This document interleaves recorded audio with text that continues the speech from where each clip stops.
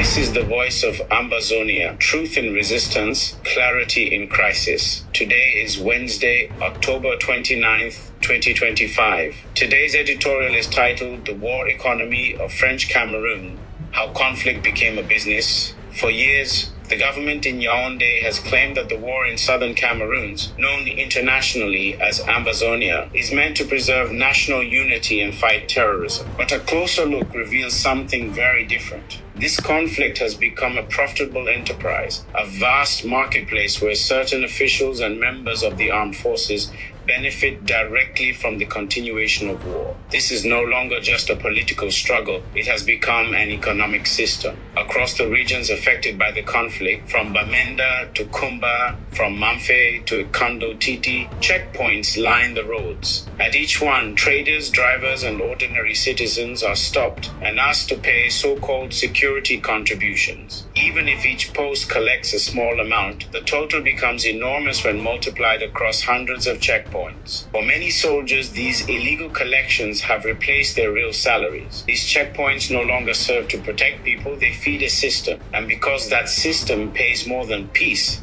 the war continues. Economists call this a war dividend, the financial rewards some individuals gain from conflict. When war becomes a source of income, peace no longer appears profitable. Instead of finding a lasting solution, those who should end the war have learned to manage it like a business, keeping it low enough to avoid total collapse, but active enough to keep money flowing. While a few profit, the majority suffer. The victims are the ordinary people, the farmers, the traders, the children who can no longer attend school. Every franc spent or stolen in the name of this war is a franc that could have built a classroom, repaired a hospital, or supported a small business. Those same resources could have funded rural roads, youth training, or micro-enterprises, but instead, unemployment has risen, prices have soared, and poverty has deepened. Ambazonia is rich in resources: oil, timber, rubber, palm, cocoa, and minerals. Yet because the region is under military control, the same actors who manage the war also control the resource trade. They profit twice, from the gun and from the ground. Economists describe this as resource capture under conflict. While people suffer, others exploit and sell without accountability. The effects reach far beyond the conflict zone. Investors avoid the country. Farmers struggle to transport their goods. Inflation rises, youth unemployment grows, and national debt swells while productive industries collapse. The economy now behaves like a parasite, surviving by extraction instead of creation. It rewards corruption instead of creativity. Supporters of the government argue that a strong military presence is necessary to preserve national unity and prevent chaos. Certainly, every state must maintain order. But when security becomes a business, order no longer means peace. You cannot build peace on confusion or unity on hunger. Stability does not exist when war enriches a few and impoverishes the many. Ending this war is therefore not only a moral obligation, it is an economic reform. If peace returns, the resources wasted on conflict could be redirected to education, healthcare, agriculture, and new industries. Peace would attract investors, rebuild trust, and restore hope for a generation that has known only crisis. War enriches a few individuals. Peace feeds an entire nation. As economists often say, a country that earns more from war than from work will never know peace. So long as this war economy continues, poverty will deepen and corruption will expand. True stability does not come from weapons. It comes when citizens can live from their work, not from their war. This war economy feeds only the few, while the majority sink deeper into despair. This is the voice of Ambazonia, truth in resistance, clarity in crisis.